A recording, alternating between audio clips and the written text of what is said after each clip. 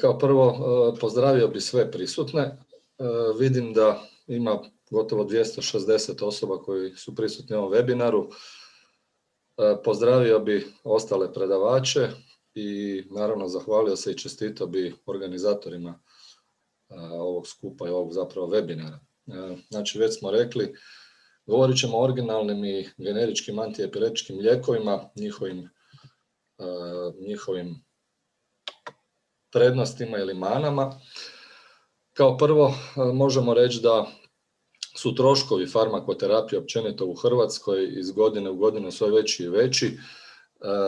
Ti troškovi zapravo, ako pogledate, od 2007. godine pa do 2019. godine rastu po otprilike 300 milijuna kuna godišnje, tako da trenutno za 2019. godinu podaci iznose da na farmakoterapiju se troši oko 7 milijardi i 650 tisuća kuna.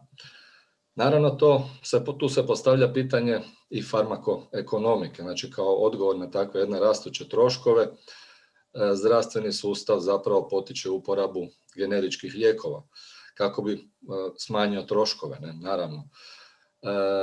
Ta dostupnost generičkih lijekova, pogotovo antiepileptičkih lijekova, je iz godine u godinu u sve većem porastu i to je nešto što zapravo je normalno, nešto što prihvaćamo. I generički i lijekovi i originalni lijekovi zapravo su i jedni i drugi dobri lijekovi, međutim ono na što sam ja želio u ovom predavanju posebno napomenuti, a to je zamjena originala za generik ili generika za original ili generika za generik. Znači, vrlo važno je kad uvedemo lijek da se držimo jednog lijeka koji smo uveli. Bilo kakva zamjena, to je ono što ću sad probati objasniti, nije dobra i nije prihvatljiva i nije preporučena. Tko donosi odluku u liječenju? Naravno, specijalista neurolog ili subspecijalista epileptolog ili neuropedijatar su oni koji preporučuju koji lijek bi trebalo uvesti, znači bilo to generički lijek, bilo to originalni lijek, ali mi prepisujemo lijekove.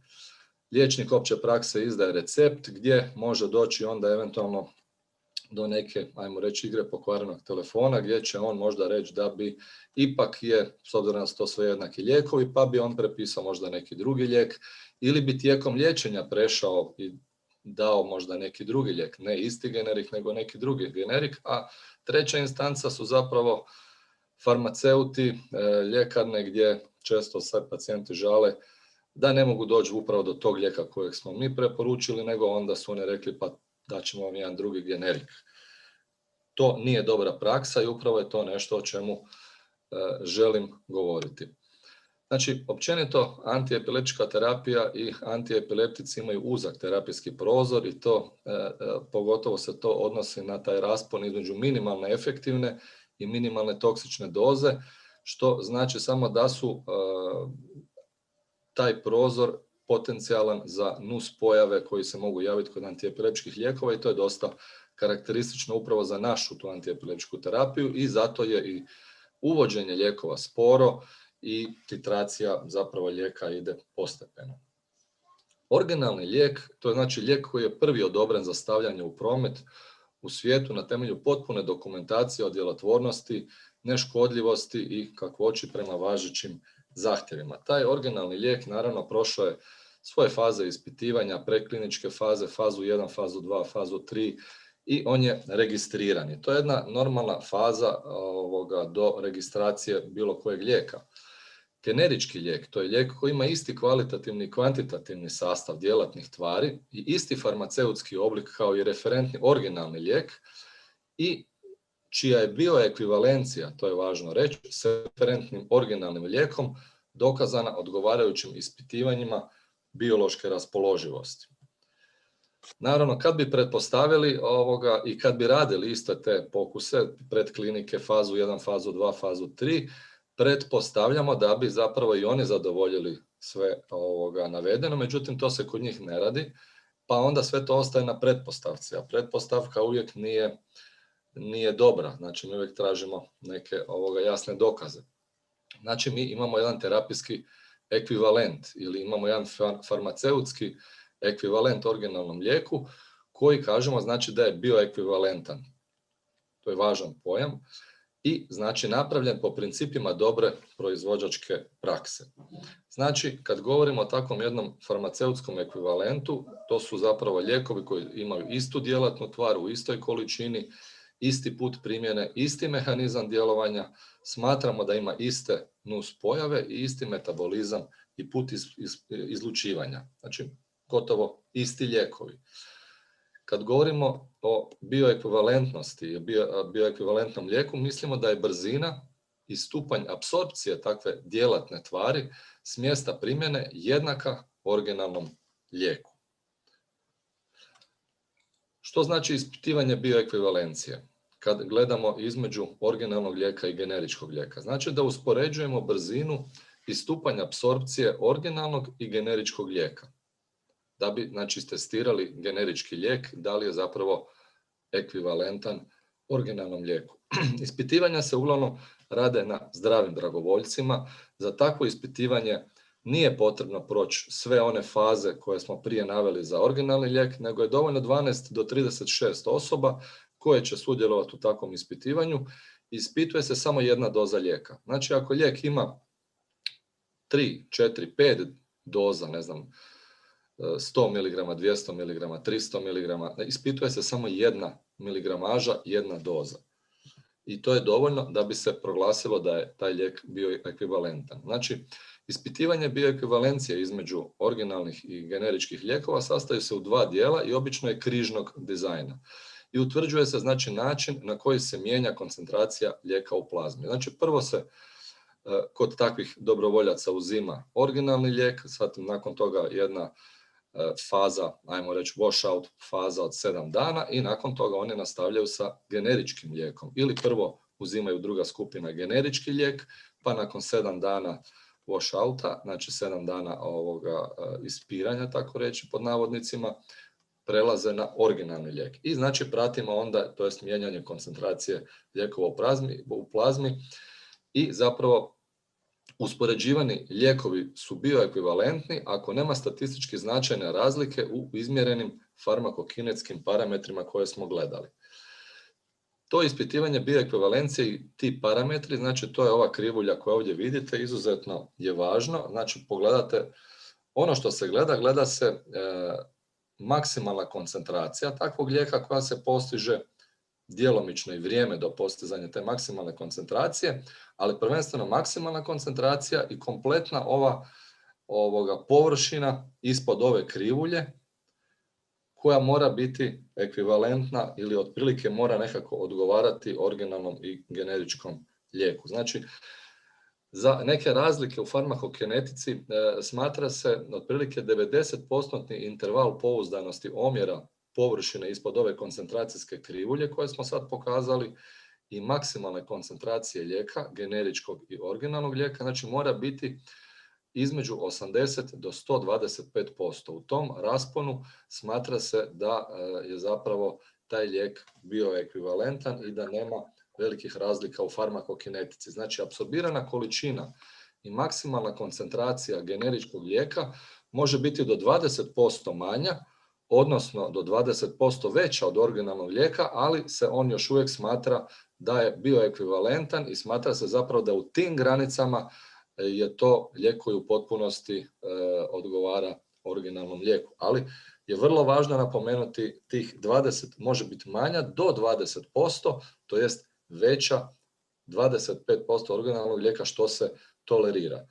U lijekova s malom terapijskom širinom, kao što smo već prije rekli, antiepileptički lijekovi, takva odstupanja mogu biti klinički značajna. I zato se ne mogu uspoređivati možda antiepileptički lijekovi sa nekim drugim lijekovima.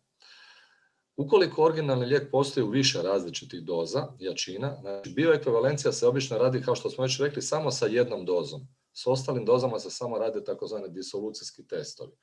Znači, ako je lijek postoji u dozi recimo od 100 mg, ona će se samo ta jedna doza testirati, dok će se doze veće od recimo 200 ili 300 mg ili za bilo drugi lijek od neke druge doze, one se neće testirati u ovom originalnom obliku.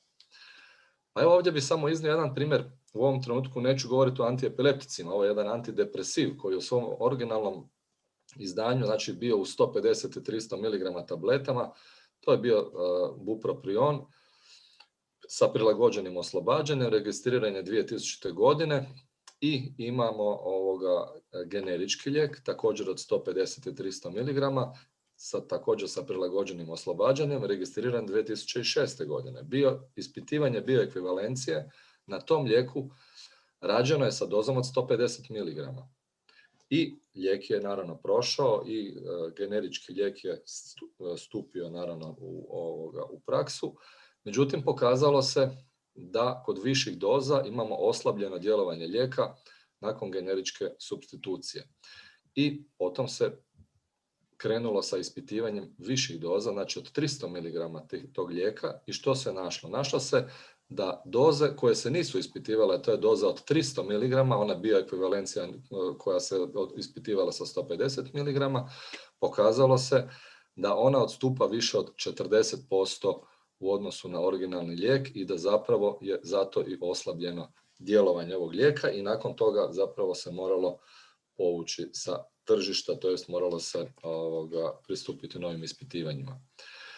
Znači, bioekvivalencija generičkog lijeka odnosi se na izvorni lijek, ali i uvijek se ispituje samo na izvorni lijek, ali različiti generički lijekovi koji danas možemo imati i po 4-5 vrsta generičkih lijekova, oni se ne moraju međusobno ispitivati, to jest ne ispituje se bioekvivalencija i njihova zamjenjivost. Što znači mi ne znamo u kakvom su odnosu takvi lijekovi. Sad, ako uzmemo u obzir da jedan generički lijek prema originalnom lijeku može biti, na primjer, u onoj bioekvivalenciji veći i u koncentraciji veći za 25%, a drugi generik prema originalnom lijeku će biti možda manji za 20% u koncentraciji, to znači da ako uspoređujemo i dva generička lijeka, ako jedan zamijenimo drugim, ta razlika između maksimalne koncentracije i površine ispod one krivulje može biti i do 45%, što je izuzetno velika razlika i zbog toga su neke prednosti takve zamjene sigurno smanjenje troškova liječenja, kao što smo već u startu rekli, gdje moramo mi procijeniti omjer rizika i koristi, ali ima i velike nedostatke, znači ozbiljnost stanja terapijske neučinkovitosti ili slabije učinkovitosti, može doći do izrazitih nuspojava, morbiditeta, znači raznih ili ozljeđivanja ili nekih drugih morbiditeta. Imamo socijalnu razinu koja može uzrokovati ponavljane napadi i osobna razina, to je zapravo naša razina gdje smo možda napravili nešto za što smatramo da ne bi, to jest struka ne preporučuje da se radi. Ovo je isto jedno ispitivanje koje govori tome u prilog ispitivanja na lamotriginu gdje se gledalo pacijente koji su najmanje 60 dana bili na lamotriginu i nakon toga im se promijenilo u drugi oblik, znači recimo u generički oblik lijeka ili iz jednog generika u drugi generik i pokazalo se da nakon 2 godine gotovo 1/3 pacijenata se vratila na onu prijašnji lijek koji je početno uveden zato što su osjetili ili određeno odstupanja u djelovanju ili određene nuspojave. I ovdje ako možete vidjeti, znači gotovo tu je i karbamazepin ispitivan i klobazam, znači uglavnom antiepileptici su lijekovi koji imaju uži terapijski prozor i zato su upravo podložni takvim promjenama, dok ovdje kao što vidite antilipemici ili lijekovi za kardijalnu funkciju, oni imaju daleko manje takvih promjena gdje se pacijenti vraćaju upravo na onaj početni lijek zato što nemaju toliko uzak terapijski prozor.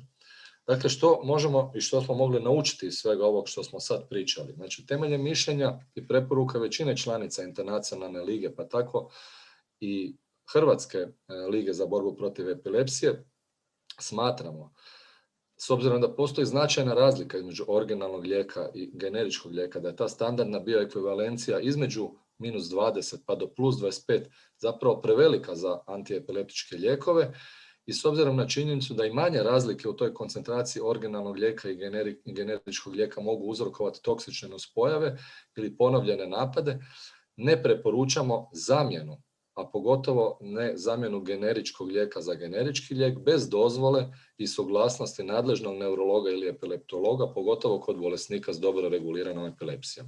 Znači, mi smo ti koji uvodimo lijek i mi bi trebali biti eventualno koji ćemo iz nekog razloga, postoje opravdane razlozi kad ih moramo zamijeniti. Ako tog lijeka jednog nema više na tržištu, onda ga morate zamijeniti, ali nije dobro u onoj liniji liječnika obiteljske medicine ili apoteka mijenjati određene lijekove bez našeg znanja. Znači, ne preporuča se zamjena, a naročito ne generičkog lijeka sa drugim generičkim lijekom. I u zaključku još jednom ću napomenuti, osobe s epilepsijom kod kojih je zamijenjen originalni lijek sa generički lijek ili generički lijek za drugi generički lijek ili generički lijek za originalni lijek imaju veći rizik ponovljenih napada i nuspojava, povećan morbiditet i potreban je individualni pristup pacijentu. Znači, ne preporučamo zamjenu lijekova koji su jednom uvedeni. Kada uvedemo generički ili originalni antiepileptik, nije preporučljivo mijenjati ga za drugi.